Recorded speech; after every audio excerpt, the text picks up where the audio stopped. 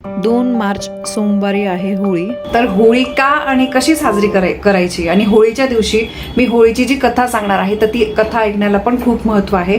कारण त्या दिवशी ती जर आपण कथा ऐकली तर आपल्याला त्या दिवसाचं पुण्य मिळत असतं. तर बघा, सगळ्यात पहिले मी तुम्हाला होळीबद्दलची अगदी छोटीशी माहिती आहे की होळी आपण का साजरी करत असतो.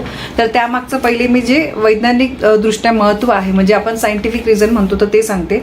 आता बघा, उन्हाळा सुरू होत असतो, जमीन भाजून निघते, तिच्यातून उष्ण वाफारे निघतात. घराभोवती पानांची कुजलेली घाण तशीच असेल तर ती आरोग्याला हानिकारक असते, म्हणून तिची होळी करणे आवश्यक असते. स्वच्छता ही एकदा करून पूर्णत्वास जात नाही, तर ती पुन्हा पुन्हा करावी लागते. त्याचीच आठवण करून देणारा सण म्हणजे होळी. उष्णता देणाऱ्या अग्नीला कृतज्ञतेने केलेला प्रणाम म्हणजे होळी. ऋतुराज वसंताचे आगमन म्हणजे होळी. तर हे झालं त्यामागचं सायंटिफिक रिझन. आता हा सण जो आहे, होळी हा सण कसा साजरी करतात. या दिवशी अंगणातली थोडी जागा सारवून त्याभोवती रांगोळी काढून मधोमध शेणाच्या गौऱ्या, त्यात एरंडाची फांदी ठेवतात. आता या सगळ्या गोष्टी होळीच्या दिवशी आपल्याला जवळपास बाजारामध्ये मिळतात आणि अगदी मोठी होळी पण करायची गरज नाही. तुमचं छोटंसं फ्लॅट सिस्टीम वगैरे असेल, तिथे काही ठिकाणी अलाउड पण नसतं, पण अगदी तुम्ही घरच्या घरी सुद्धा कढईमध्ये काही गोष्टी टाकून होळी करतात. कारण आमच्या इथे पण बरेचसे लोक तसं करतात आणि प्रत्येक घरामध्ये जर तुम्ही होळी केली तर त्याच्यामुळे जंतू जे असतात तर ते मरतात. तर त्यामुळे ते पण त्यामागचं कारण आहे. म्हणून तुम्ही ज्या प्रकारे सांगते तर तशी अगदी घरात पण करू शकता. तर बघा, शेणाच्या गौऱ्या, त्यात एक एरंडाची फांदी ठेवतात, एरंडाचा एक दांडा उभा करतात, त्याच्या भोवती लाकडे गोवऱ्या रचतात आणि त्याची पूजा करतात. आणि होळी पुरणपोळीचा नैवेद्य या दिवशी जवळपास सगळ्या जणांच्या घरी असतो. पुरणपोळीचा नैवेद्य दाखवतात आणि एकत्र येऊन मग एकत्र येऊन सगळेजण अशी पूजा करून होळी जी आहे तर ती पेटवत असतात. आणि खोबऱ्याच्या वाट्या यामध्ये टाकल्या जातात. होळीमध्ये खोबऱ्याच्या वाट्या टाकल्या जातात आणि ह्या वाट्या भाजून तो प्रसाद म्हणून खाल्ला जातो. तर अशा प्रकारे प्रत्येकाने आपल्या घरासमोर मोकळ्या जागेमध्ये एक छोटीशी का होईना आपल्याला होळी पेटवायची आहे. आणि नंतर हातामध्ये पाणी घेऊन मला आणि माझ्या कुटुंबियांना सुख शांती मिळावी यासाठी मी ही होळीची पूजा करत आहे, असा आपल्याला संकल्प करायचा आहे. प्रत्येक बघा, पूजेमध्ये वगैरे जसं आपण संकल्प करतो त्याप्रमाणे, आणि ते पाणी आपल्याला सोडून द्यायचं आहे. आणि त्यानंतर आपल्याला होळी पेटून हळद कुंकू अक्षता अर्पण करून होळीची पूजा करायची आहे. होळीला नमस्कार करायचा आहे, 3 प्रदक्षिणा मारायच्या आहे, होळीभोवती नैवेद्य अर्पण करायचं आहे. अशा अगदी सोप्या पद्धतीने आपण होळी साजरी करतो. आणि नैवेद्य अर्पण करत असताना मी तुम्हाला सोबत मंत्र देते, तो सुद्धा आपल्याला म्हणायचा आहे. हा जो मंत्र आहे, हा मंत्र म्हणून 3 प्रदक्षिणा घालायच्या आहे. यानंतर बघा, बऱ्याच ठिकाणी घरात उपद्रव करणाऱ्या जीव कीटकांचा, म्हणजे बघा झुरळ, डास, ढेकूण वगैरे यांच्या कणकेच्या आकृत्या बनवल्या जातात. म्हणजे गव्हाच्या पिठाच्या यांच्या आकृत्या बनवून त्या होळीमध्ये टाकल्या जातात, म्हणून जीवाणू नष्ट होतात. म्हणजे आपलं आरोग्य जे आहे ते उत्तम राहण्यासाठी या कणकेच्या आकृत्या बनवून त्या होळीमध्ये टाकल्या जातात. बऱ्याच ठिकाणी ही प्रथा आहे आणि गावाकडे तर केलेच जातं. तर होळी या सणाच्या निमित्ताने मनुष्याने आपल्या अंगी असलेले वैगुण, दोष, प्रवृत्ती यांची होळी करावी. संपूर्ण वर्षाच्या शेवटी या गोष्टी सोडून द्याव्यात, हाच या सणाचा उद्देश असतो. कळालं. आता गुढीपाडव्यापासून आपलं मराठी नवीन वर्ष सुरू होत असतं, तर त्यामुळे होळी हा या वर्षातला शेवटचा सण म्हणून मानला जातो. म्हणून आपल्यातले जे काही अवगुण असतील तर त्यांचा त्याग करण्यासाठी, आपल्यातल्या वाईट गोष्टी जाळून टाकण्यासाठी आपण होळी पेटवत असतो. तर हे त्या मागचं कारण आहे.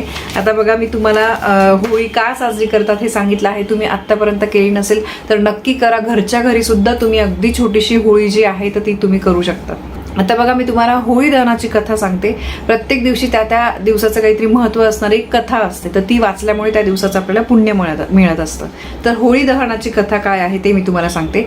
हिरण्यकश्यप राक्षसी पुत्र होता. त्याने तपश्चर्या करून ब्रह्मांकडून वरदान मिळवलेलं होतं. मग हिरण्यकश्यपूने जेव्हा पृथ्वीला पळवून नेण्याचा प्रयत्न केला तेव्हा विष्णूंनी वराह अवतार धारण करून त्याचा नाश केला होता. तर त्यामुळे भडकलेल्या हिरण्यकश्यपूने विष्णूचे आपल्या राज्यात कोणी नाव घेऊ नये असं सगळ्यांना बजावलेलं होतं. हिरण्यकश्यप स्वतःला खूप श्रेष्ठ समजत होता आणि देवतांविषयी त्याला अतिशय तिरस्कार होता. पण त्याच्याच घराण्यात जन्माला आलेला त्याचा मुलगा प्रल्हाद हा मोठा विष्णूंचा भक्त निघाला. प्रल्हाद बालपणापासूनच विष्णूंचा म्हणजे नारायणांचा परमभक्त होता. प्रल्हाद दिवस रात्र विष्णूंचं नामस्मरण करायचं, सारखं त्याच्या मुखामध्ये विष्णूंचं नाव असायचं. आणि नेमके हेच हिरण्यकश्यपूला मान्य नव्हते. त्यामुळे त्यांनी प्रल्हादाला त्यांच्यापासून प्रवृत्त करण्याचा प्रयत्न केला, परंतु ते त्यामध्ये अयशस्वी ठरले. मग सगळे उपाय करून थकलेल्या हिरण्यकश्यपूला त्याची बहीण, जिचे नाव होलिका होते, ती म्हणाली, दादा, मला तुझा त्रास बघवत नाही. मला अग्निदेवाकडून असा वरदान आहे की मला आग जाळू शकत नाही. मी प्रल्हादाला अग्नीत घेऊन बसते. मला वरदान असल्यामुळे मी जळणार नाही, पण तो जळून खाक होईल.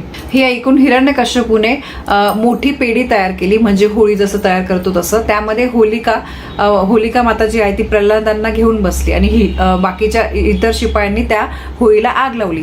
होलिका आपल्याच वरदानाच्या धुंदीत होती, परंतु प्रल्हादाच्या भक्ती साधनेमुळे उलटं घडलं. होलिका मातेचं अंग जळून तिची राख झाली आणि तिच्या अंगाचा दाह होऊ लागला. पण प्रल्हाद जे आहे त्या विष्णूंच्या नामस्मरणामध्ये ते दंग होते, तर त्यामुळे शेवटी जे व्हायचं तेच झालं. होलिका माता जळून खाक झाली आणि प्रल्हाद जे आहे ते सुखरूप जिवंत आले. त्याच्या भक्तीने प्रसन्न होऊन विष्णूंनी खांबातून नृसिंहाचा अवतार घेऊन हिरण्यकश्यपूचा वध केला. आणि मग तेव्हापासून त्या दिवशी होळी जाळण्याची परंपरा जी आहे तर ती सुरू झाली. म्हणजे काय आहे की असत्याला जाळून सत्याचा प्रकाश पसरवणे हा होलिका दहनामागील उद्देश आहे. म्हणून होळीला एवढं महत्व आहे. म्हणून आपण बघा, या दिवशी होळी पेटवून आपल्यातल्या निगेटिव्हिटीचा, वाईट गुणांचा आपल्याला त्याग करायचा आहे आणि होलिका मातेला प्रार्थना करायची आहे की हे होलिका माते, माझ्या आयुष्यातल्या वाईट गुणांचा, अवगुणांचा, निगेटिव्हिटीचा, अहंकाराचा त्याग होऊ दे आणि चांगले गुण मला अंगीकारण्यासाठी यश येऊ दे. कारण काय आहे, वाईट सवयी माणसाला पटकन लागतात. याच ठिकाणी जर चांगल्या सवयी लागायच्या असतील तर त्यासाठी खूप कष्ट घ्यावे लागतात. म्हणून बघा, होळी हा सण अत्यंत महत्त्वाचा आहे. त्या दिवशी हुताशनी पौर्णिमा सुद्धा आहे. अगदी साध्या सोप्या पद्धतीने होळी कशी प्रज्वलित करायची हे मी तुम्हाला सांगितलं आहे. या दिवशी पुरणपोळीच्या नैवेद्याला सुद्धा महत्त्व आहे. तर बघा, नक्कीच तुम्हाला होळीची माहिती पटली असेल तर तुम्ही होळी त्या दिवशी साजरी कराल अशी मी अपेक्षा करते. तर व्हिडिओ आवडला असेल तर व्हिडिओला लाईक करा, शेअर करा. आपल्या चॅनलवर नवीन असाल तर सबस्क्राईब नक्की करा. धन्यवाद. श्री स्वामी समर्थ.